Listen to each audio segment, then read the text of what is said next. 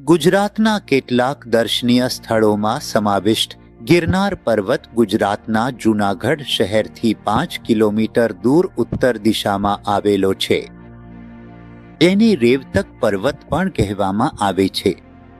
અહીં 84 સિદ્ધો વિરાજમાન છે.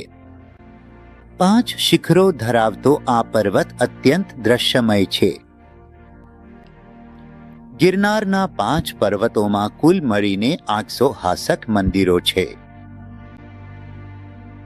અહીં ગિરનારની તળેટીમાં 36 કિલોમીટર લાંબી 4 દિવસની હરિ પરિક્રમા થાય છે, જેમાં વિશાળ સંખ્યામાં શ્રદ્ધાળુઓ ભાગ લે છે. દામોદર કુંડ અહીંનું પવિત્ર સ્થાન છે. અહીં ગિરનારની તળેટીમાં ભાવનાથ ખાતે મહાશિવરાત્રિનો બહુ મોટો મેળો ભરાય છે. એ દિવસે મૃકુંડમાં સ્નાન કરવાનો વિશેષ મહત્વ છે.